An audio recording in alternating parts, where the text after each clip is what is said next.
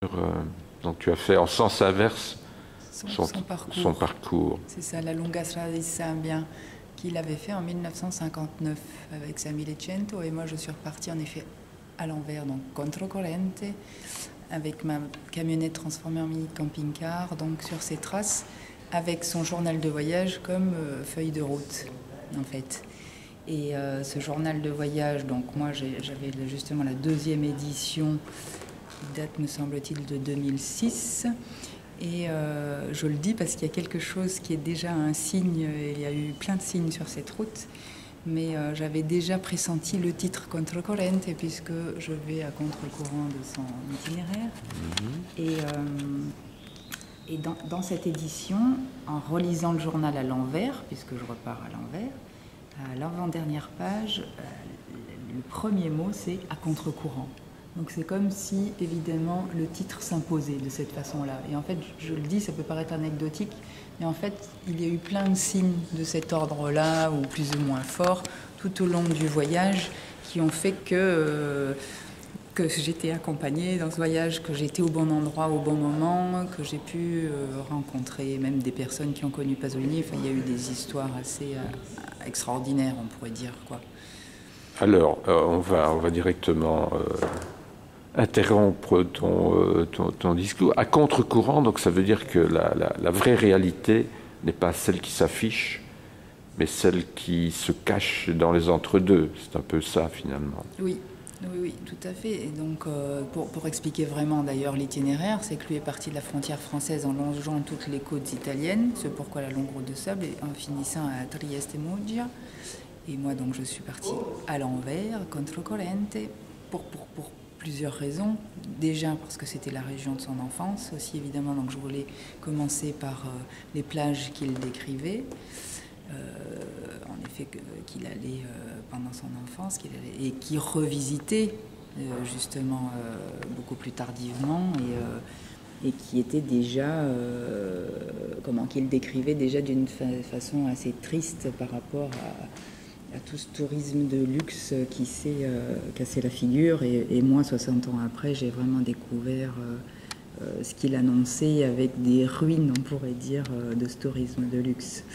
Mais il est vrai que je suis partie sur ses traces, je suis allée revisiter les lieux qu'il décrivait, mais c'est aussi ma route. Ce pourquoi, d'ailleurs, c'est une phrase qui est importante dans le livre, donc ça c'est le livre qui vient d'être publié, que je viens de confectionner avec les éditions locaux, ou qui rassemble en fait toute cette aventure, parce que ce voyage, moi je ne l'ai pas fait en une fois comme l'avait fait Pasolini pendant l'été 59. Moi, je l'ai fait en 3 étapes sur plusieurs années. Les 2 premières étapes duraient 6 semaines en 2014 et 2015. Et la dernière étape, c'était tout le sud là, de l'Italie, où je suis partie 3 mois en 2017. Donc le livre rassemble toute cette histoire avec des photographies, des photogrammes, des textes d'Italiens que j'ai rencontrés, dont certains qui sont très proches de Pasolini, dont son cousin second, Guido Mazzon par exemple. Il y a des extraits de mes journaux de voyage, des dessins comme celui-ci que j'ai réalisé, donc pour essayer de donner au plus largement aux lecteurs des bribes de cette aventure, et de leur donner envie d'aller approfondir leur curiosité et leur recherche sur Pasolini. Alors, qu'est-ce qui t'a marqué dans ce périple, la chose qui est restée, qui s'inscrit dans ta mémoire directement, comme ça, ce long périple? Je crois que c'est peut-être ma colère, qui parfois faisait écho à la colère peut-être de Pasolini, qui est que j'ai rencontré un territoire magnifique, même si justement complètement détruit parfois, je veux dire territoire aussi par les gens que j'ai pu rencontrer. Et par contre en colère parce que il y avait une grande frustration par rapport à la possibilité d'agir ou de faire des choses, et notamment par rapport à la corruption. Et donc d'ailleurs je finis mon journal de voyage et le livre en disant à un ami italien que je rencontre juste en rentrant de ce grand périple après le 3e voyage, en lui disant je ne sais comment te résumer ce voyage, donc c'est ce que je suis en train de faire là, mais je pourrais dire J'adore l'Italie et je la hais tout autant. Et il me dit « Adesso sei italiana ». Et en fait, donc c'est un peu peut-être dur de résumer ce voyage à ceci, parce qu'il y a eu beaucoup plus de choses, et notamment... mais ça, c'est quand même quelque chose qui m'a marqué, à laquelle je ne m'attendais pas à ce point-là. Et par contre, ce qui m'a marqué encore peut-être plus fortement, et qui était plus intime, et vraiment lié à Pasolini, c'est justement d'avoir l'impression de l'avoir rencontré. Pas physiquement évidemment, mais par les personnes que j'ai pu vraiment, qui l'ont côtoyé de manière proche, que j'ai pu rencontrer de manière un peu hasardeuse. Enfin, je ne crois pas au hasard, donc je pense que la route m'a guidée à tel et tel endroit. Alors ça, c'est un carnet qui retrace tes impressions de voyage? Oui, c'est-à-dire que tous les jours, j'avais des rituels qui étaient, par exemple, dérocher les photos que je faisais tous les jours, que j'ai travaillé en numérique, les vidéos, et j'écrivais aussi au quotidien toutes mes notes de voyage, en fait, et ces notes, ensuite, donc j'ai sur des petits carnets Moleskine, ces notes ensuite ont été publiées et traduites aussi en italien. Parce que je voulais, en tout cas, que tous les ouvrages que je publie ou que je publie encore, soient en français et italien. Donc après chaque voyage, il y a eu un journal qui a été publié. Parce qu'il faut savoir qu'après chaque voyage, en fait, j'ai déjà voulu partager avec le public cette expérience. Donc, il y a toujours eu des expositions. Alors, pourquoi la nécessité de doubler ceci par... C'est pas de doubler, parce qu'en fait, dans ce livre, il y a seulement des extraits de voyage. Les extraits, de journaux de voyage. Je ne pouvais pas, c'était pas l'objet de ce livre, de mettre l'entièreté des journaux. Mais par contre, c'est important d'avoir quand même des extraits. Donc ils sont complémentaires en fait. Alors, je vois qu'il y a une insertion. Tu insères dans l'image un texte, je crois que c'est un texte de Pasolini, non? Tout à fait. Tout à fait. Et comment as-tu sélectionné ces fragments du livre de Pasolini? Ces fragments, je les ai sélectionnés par rapport au moment, par exemple, du voyage, qui me paraissaient les plus éloquents pour moi. Donc c'est très subjectif, en fait. C'est pas forcément, lié au lieu où j'ai pris la photographie. On va prendre celui-ci au hasard. Oui. Tu vas le lire.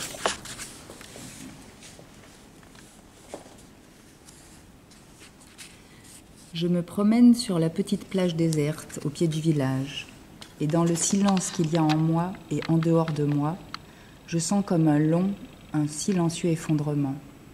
Toute la côte des Pouilles se relâche dans cette quiétude. C'est un lâcher-prise. Finalement, cet effondrement est une porte qui s'ouvre. Ce n'est pas en soi quelque chose de négatif.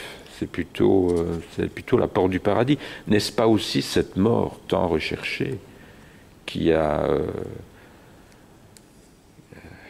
épousé tout le périple pasolinien, du début à la fin, depuis cette recherche, cette quête de porte de sortie finalement. C'est la porte de sortie. Peut-être la porte de sortie, et là-dessus, je peux moi aussi quelque part ressentir un petit peu le même sentiment. Par contre, la quête de cette mort, je ne crois pas. Il pensait, d'ailleurs le documentaire que je rajoute, Laura Betti, effectivement, il pensait toujours à la mort comme je pense on peut tous le faire, puisqu'on est mortel, et surtout par rapport aussi à la mort de son frère. Mais dans le sens où, justement, quand on aime la vie, je pense qu'on pense à la mort parce qu'on a envie de profiter au maximum de l'instant présent. Et je pense que, alors je pense que je ne peux pas le savoir parce que je ne l'ai pas vraiment rencontré et discuté avec lui de ça, mais par rapport à certaines personnes, dont Laura Betti, et j'aime vraiment bien comment elle en parle aussi, où il avait ce sentiment, c'était pas quelqu'un de suicidaire, quoi. Il était vraiment par contre, peut-être une urgence de vie. Par contre, ça c'est vrai, et qu'il prenait des risques parce qu'il dévorait la vie, en fait, je pense. Et donc c'est vrai que ces petits extraits que j'ai choisis et que j'ai voulu précieux, presque cachés, qu'on découvre au fur et à mesure de la lecture de ce livre, c'était pour faire écho en fait de ce qui pouvait être pour moi et aussi en écho avec les images. C'est Ostie, c'est Voilà. fameux, c'est la tragédie, c'est la fin. Et c'est ce qui est quand même assez étonnant, que j'arrive à Ostie, au traces, lido di Ostie. tu arrives à Ostie et tu vois ces traces sur le sol. Et là, je me dis, c'est quand même incroyable. C'est comme si c'était une mise en scène, alors que ça ne l'est pas. Et donc, il y a eu plein de choses comme ça sur le chemin où il y avait des espèces d'échos qui me faisaient dire, mais c'est incroyable, quoi. C'est vraiment incroyable. Et donc, effectivement, je ne pouvais pas faire autrement que de faire cette image parce qu'elle était tellement symbolique. Je n'arrivais pas à partir de cet endroit. Et alors, choisir le texte qui va avec cette image, tu as dû... alors, là, ça a été... Tu as été confronté à des choix. Oui, donc là, pour le coup, c'était assez simple et en même temps, là, tu vois, par rapport à la mort, c'est vrai que c'est juste ce que tu disais, c'est-à-dire qu'elle est présente de toute façon. Et ce qui est fou... Qu'est-ce qu'il dit là? Alors, il dit « J'arrive à Ostie sous un orage bleu comme la mort. L'eau se déchaîne entre les coups de tonnerre et les éclairs. » Un orage bleu comme la mort. Enfin, donc la mort est là. Tu as dit, la mort l'appelle. Oui. Il est aimanté par cette... Oui. Et alors, ce qui est fou, c'est que moi-même, dans cette exploration sur ces traces, la mort est tout le temps présente. Tout le temps. Aussi bien dans mon entourage que dans les gens que je vais rencontrer. Ça, c'est quand même assez fou. Ce pourquoi, par exemple, je l'ai dédicacé. Voilà. Bon, d'abord à Pasolini, mais ensuite à toutes les personnes proches de moi qui sont décédées au fur et à mesure de ce périple. Et dans mes journaux, voilà, la mort était présente, vraiment présente. Bon, je ne sais pas l'expliquer, c'est comme ça, mais peut-être que c'est un autre écho. Est-ce que sa mort, au niveau signifiant, est-ce qu'elle symbolise un peu la fin de l'histoire, quelque part? La fin d'une histoire? Alors, en fait, je crois. La fin de son histoire et la fin de l'Italie, quelque part. Une certaine... Peut-être la fin de l'Italie, oui. La fin de son histoire, je ne crois pas, parce que, et c'est pour ça que j'ai mis une phrase là-bas qu'il dit en français, qui est « Il y a un infini intérieur et un infini extérieur. Eh bien, quand je pense à moi-même, je pense à quelque chose d'infini. » Voilà, on l'entend d'ailleurs. On le dit toutes les 7 minutes ou 8 minutes. Et en fait, c'est pour ça que je ne pense pas que ce soit la fin de son histoire, parce que sa voix n'a pas été... ils ont voulu effectivement la réduire au silence à tout jamais. Et ben non, ils n'y sont pas arrivés, parce que même encore en discutant avec ou des proches de Pasolini, des spécialistes de Pasolini, ou des gens qui connaissent bien son œuvre, me disaient que les jeunes actuellement lisent les écrits corsaires et les lettres luthériennes. Donc ça, c'est toujours... Enfin, je trouvais que c'était très positif, parce que ça veut dire que, en effet, sa voix, elle est toujours présente. Oui, c'est un exemple pour les jeunes générations. Oui. Donc là, le combat continue. C'est ça. Et c'est la résistance, quoi. Oui. Comme aujourd'hui, partout, sur les campus. Oui, tout à fait. Et donc c'est tout à fait, en même temps, complètement un reflet, en effet, de ce qui est contemporain par rapport à ce qu'il pouvait dire et proclamer, quoi. Et donc, tu as orchestré cette exposition, c'est très beau ça, cette image. Alors, il faut que je rajoute que j'ai orchestré cette exposition avec une commissaire d'expo qui s'appelle Maëlle Delaplanche. Voilà, donc il y a plusieurs choses. L'idée, c'était de donner des extraits de ces 3 voyages et aussi des dernières réalisations que j'ai faites, notamment par exemple celle-ci, que j'ai réalisée pendant ma résidence à l'Academia Belgica en 2019 pour approfondir cette exploration sur la longue route de sable. Donc l'année suivante, je suis partie à Rome pendant 5 mois où j'ai fait ce travail en fait de transfert d'images, donc une forme d'incarnation de cette iconographie, en récupérant une grande partie de l'iconographie autour de Pasolini aussi. Donc il y a beaucoup de ses portraits, mais aussi de ses amis, quelques images. Donc c'est des photocopies? En fait, non, ce sont des images que j'ai photographiées et ensuite imprimées à l'Accademia de Belgica avec leur vieille imprimante. C'est important parce qu'il faut une encre qui ne soit pas trop, qui soit assez légère. Et donc aujourd'hui, avec les nouvelles imprimantes, c'est impossible. C'est du grain, quoi.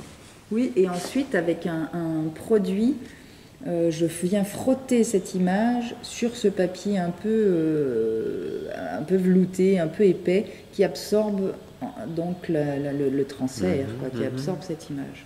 Donc il y a vraiment cette idée de transfert, presque d'incarnation en effet. Alors qui est cette personne Alors c'est Dacia Mareni, qui était la compagne d'Alberto Moravia. Et à gauche, le barbu, là? Et il me semble que c'est Pedro Senna, qui était aussi un de ses amis poètes. Voilà, Calas, La avec Calas avec Ninetto. Ninetto.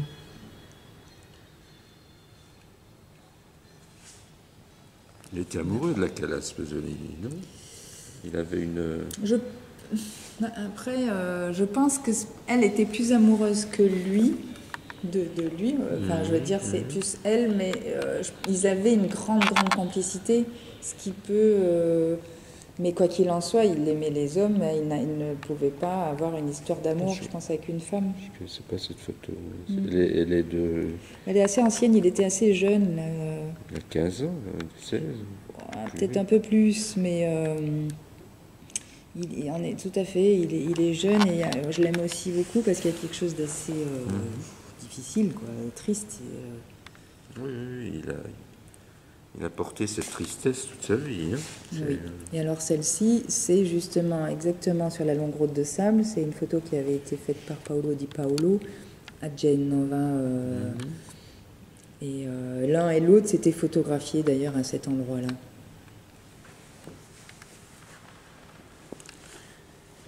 Anna Magnani. Tout à fait, sur le set de Mama Rome. Et alors cette maison? Ça c'est la maison du vendredi à Sabaudia. C'est une maison mitoyenne qu'ils avaient achetée avec Moravia. Ah oui, oui. Qui est toujours... Oui, simplement, j'ai pas pu aller la visiter parce qu'elle a été achetée par un privé, donc impossible d'aller la visiter. C'est dommage. Non, c'est bien cette sélection, ça nous fait entrer dans cette dynamique. Et du coup, c'est aussi en écho avec toutes ces images d'archives aussi. C'est des photogrammes. Tout à fait. C'est extrait. Photogrammes et certaines, par contre, ce sont des images de tournage. Pendant le tournage. Ah, il y a... Mais sinon, la plupart sont des photogrammes et quelques photos de famille. Là, par exemple, j'ai fait des thématiques différentes. Là, c'est plutôt pendant les tournages. Mama Roma. Voilà. Là, c'est pendant le tournage aussi de Comici d'Amore. Comici d'Amore, oui. Voilà, qui fait aussi un peu un écho à la Longa Sambia. Il était petit, Pasolini. En fait, oui. Oui. Donc je pense que la Calas était plus grand que 1m65, je ne sais pas 67. exactement. Ouais. Ah, c'était un sportif quand même. Et donc là, ensuite, ce sont des photogrammes. Laura Betti, c'est au-dessus. Oui. La folle. C'est ça. Et alors, est-ce que tu as lu, là je suis en train de relire parce que le livre de Emanuele Trevi. Una cosa scritta, je le dis mal. Et donc il n'arrête pas de parler de la Pazza, mais c'est quand même elle, moi je trouve qu'on peut la remercier, qui a créé le fonds Pasolini à Rome. Et donc c'est comme ça qu'il l'a connu, parce qu'il est allé au quotidien travailler dans le fonds Pasolini, et c'était elle la responsable, la Pazza. J'ai découvert un texte d'Oriana Fallaci qui lui a dédié lors de la mort, un jour, le jour suivant la mort, lui a dédié une lettre. Oui. Tu l'as lu, cette lettre? Oui, il y a longtemps, c'est donc assez je m'en fort, souviens plus précisément, c'est très fort. Et j'ai lu aussi, je ne sais plus où j'ai trouvé ceci, parce que comme je fais des recherches depuis des années, Mais où justement le jour de... En fait, le 2 novembre, elle avait rendez-vous avec lui. Elle l'attendait, elle était avec un autre ami, je ne sais plus qui. Et en fait, c'est un gosse qui vendait le journal à côté d'eux, qui disait les titres. Et là, ils se sont dit, non mais c'est pas possible. En fait, elle pensait juste qu'il était en retard.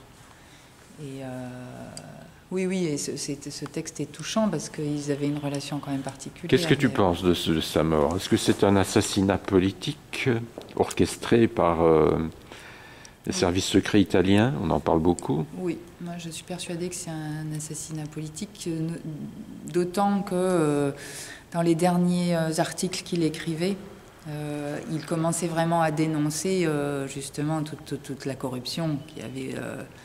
Io so. Voilà. Io so, Oui. je sais. Je sais les noms des responsables des attentats de Brescia. Il a signé son arrêt de mort. Avec cet article, je suis complètement d'accord. Et d'ailleurs, je fais une performance, une écriture performance sur cet article. C'est-à-dire que j'écris le texte en entier sur, par exemple, un seul bandeau pour essayer de faire écho à je sais les noms, mais je n'ai ni preuve ni indice, donc je sais, mais en même temps, je ne sais pas le dévoiler. Donc là, c'est un peu ce qui se passe avec le recouvrement de l'écriture. Et au fur et à mesure que je le lis, à chaque fois, je me dis, mais il était fou de dire ça à ce moment-là. C'est vrai. C'est pour ça que ça accrédite la thèse du suicide orchestré. Oui. Ben, suicide orchestré, déguisé en assassinat. C'est ça. Je pense qu'il y a les deux, personnellement. Et en plus, mon c'était avis, facile, c'est que les deux quand même, comme il revendiquait son homosexualité, que ce soit une histoire, entre guillemets, passionnelle, ça a arrangé tout le monde et ça a été vite classé. Et j'en ai beaucoup parlé avec David Grieco, qui a écrit aussi dans mon livre, et dans son film La Macchinazione et La Verità sulla morte di Pasolini et son film, il pose cette thèse-là, qui est vraiment qu'en effet c'est certainement un assassinat politique, que dans Pétrole, alors ça, est-ce que c'est une légende ou pas, est-ce que dans Pétrole il allait vraiment révéler des choses encore plus fortes? C'est possible, plus gênante, je veux dire, pour le corps politique, c'est fort probable. Donc l'assassinat passionnel, moi je n'y crois pas du tout. Et donc les photographies sont issues de chaque voyage en fait, et on a décidé d'en présenter quelques-unes comme ceci. Il y a le nombre 3 revient tout le temps, on est toujours dans la trilogie, les 3 voyages. Alors qu'est-ce que le nombre 3 vient faire dans cette... c'est quoi cette symbolique du 3? Alors, c'est pas vraiment... Ou alors c'est inconscient, pour moi c'était pas vraiment une symbolique. Le 6 aussi, sa plaque minéralogique, sa plaque de voiture. Oui. Mais alors, je n'ai pas pensé à ça, ou a posteriori. Le 3, ça a été de manière instinctive assez simple, c'est-à-dire que lui aussi, il a écrit dans 3 numéros de la revue Successo, et moi, j'ai divisé l'itinéraire en 3 parties. Donc, la trilogie s'est un peu imposée de cette façon-là. Et c'est vrai que, alors que je suis pourtant attachée à la numérologie, mais j'ai pas forcément cherché quelle pouvait être la symbolique.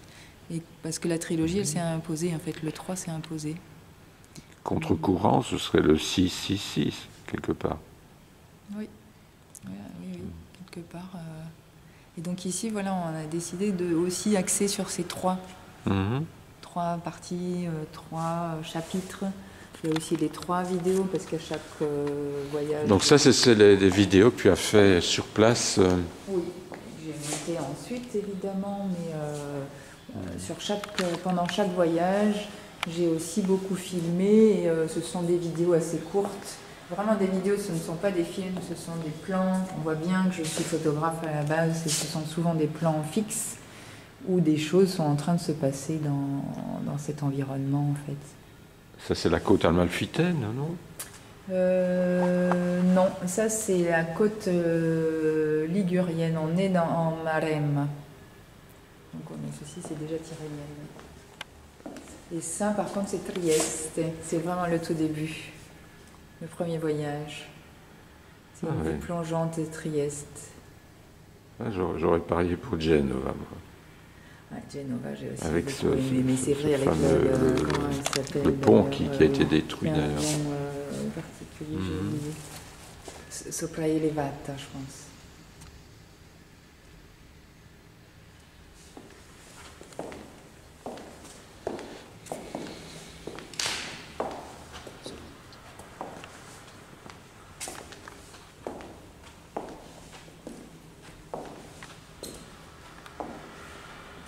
Et ceci, c'est... Ça n'a rien à voir avec ça n'a rien à voir avec l'expo. l'expo. C'est vraiment voilà, le décor. le décor de la Cinémathèque, comme le mobilier. Ah oui, ça c'est l'Eure. Oui, Ouais. le dernier appartement où il vivait avec sa mère et sa cousine.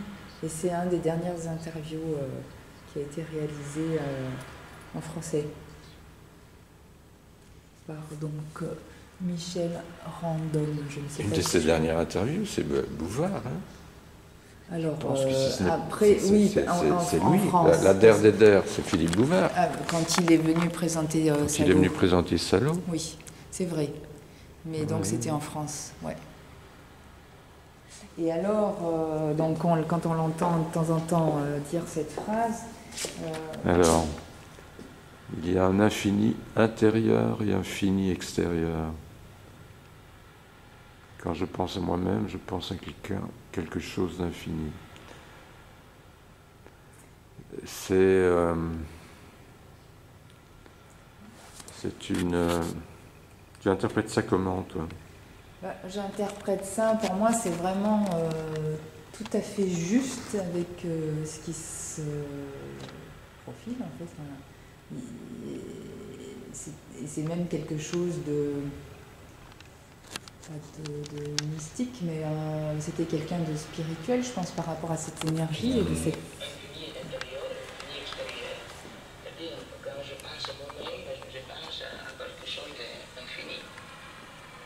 Du coup, il avait déjà cette conscience.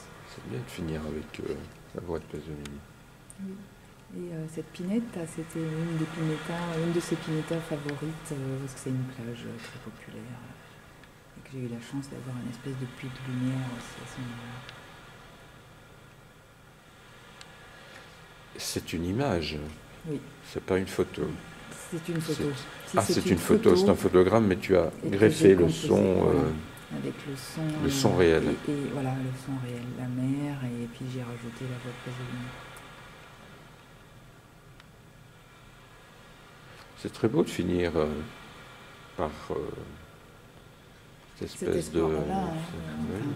Enfin, cet quelque chose espoir, ce cette vide, oui, ce en même vide, temps ce vide, mais ce vide plein. présent-absent. Mm. Et pour moi, dans mon travail, par ailleurs, ça fait vraiment écho parce que j'ai toujours travaillé sur la présence-absence, comme dans mes images. Tu vois, le hors-champ est très important, tout n'est pas donné, ce qui est à côté aussi très important. Oui, on en revient à l'art contemporain, tout Oui. l'art contemporain. Et cette image que tu as vue aussi un petit peu au début, qu'on voit en perspective, c'est aussi assez étonnante. Il faut savoir... Elle est brûlée. Voilà. Parce qu'il faut savoir que la longue route de sable, c'est la route des prostituées. Et donc ça, c'était une pinède de prostitution. Et je m'étais dit qu'à chaque fois qu'il y avait des lieux vraiment très très forts comme ça, je les brûlais. En tout cas, là, j'ai eu envie de brûler l'image à la prise de vue déjà. Et c'est ce qui s'est passé et ça a donné quelque chose d'assez étonnant, très graphique en même temps. Et d'ailleurs, je l'ai appelé buisson ardent, mais je pense qu'on sent quelque chose quand même de particulier.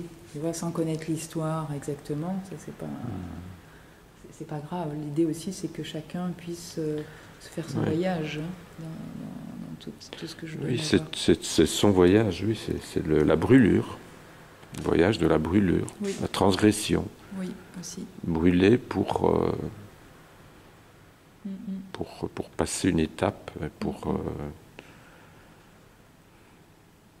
rejoindre l'infini quelque part. Et alors ici, ce sont Ce sont mes gris-gris de voyage. Donc ça peut paraître anecdotique, mais je le raconte vraiment dans les journaux. Moi-même, en fait, je pars et je combats mes peurs, et donc je me surpasse aussi quand je pars sur cette aventure. Et donc les gris-gris sont importants pour moi. Pour la protection. Et d'ailleurs, ce ne sont pas... Tu as été protégée pendant le voyage? Oui. J'ai eu une petite... Dès le premier voyage, comme j'aime quand même les endroits un peu particuliers, un peu en zone, et que je ne m'étais pas rendu compte tout au début que c'était la route des prostituées, Et ben, à un moment, et que j'avais quand même une camionnette transformée en mini camping-car, donc à un moment donné, il y a eu une espèce de malentendu, c'est-à-dire que c'était notamment près du Tagliamento, je voulais aller près du fleuve pour aller me promener, faire des photographies vidéo. Et c'était un petit chemin et il y a une voiture en face de moi qui arrive, un 4x4, qui me laisse passer, donc je lui fais signe pour lui dire merci. Et en fait, la personne a cru que je lui disais de venir. Donc je suis arrivée dans cet endroit, puis je vois plein de voitures et plein d'hommes, mais je réalise pas tout à fait. Et puis la personne que j'avais croisée arrive à côté de moi et me regarde, et là je comprends. Je me dis mince, il y a malentendu, donc je redémarre et je trace, quoi, je pars. Et il m'a suivi sur des kilomètres et des kilomètres, donc j'avoue que j'étais pas très rassurée. Et ensuite là je me suis dit bon, j'étais un petit peu moins téméraire, où j'allais dans des endroits moins, ou alors dès que je voyais un endroit de prostitution, déjà je me disais je vais pas les embêter, c'est déjà, je les trouve déjà très courageuses, donc n'allons pas compliquer les choses. Mais donc là, effectivement, j'ai eu un peu une crainte et tout le long, j'ai été protégée, en fait. Et ce qui m'a confortée en me disant que là, je suis au bon endroit dans la route, c'est sur cette route, et que, en effet, je ne crains rien, c'est que voilà, je rencontrais où il y a eu plein de signes, comme je disais, qui étaient forts, et donc ça me confortait dans cette idée que je n'avais rien à craindre. J'étais aussi sur ma route.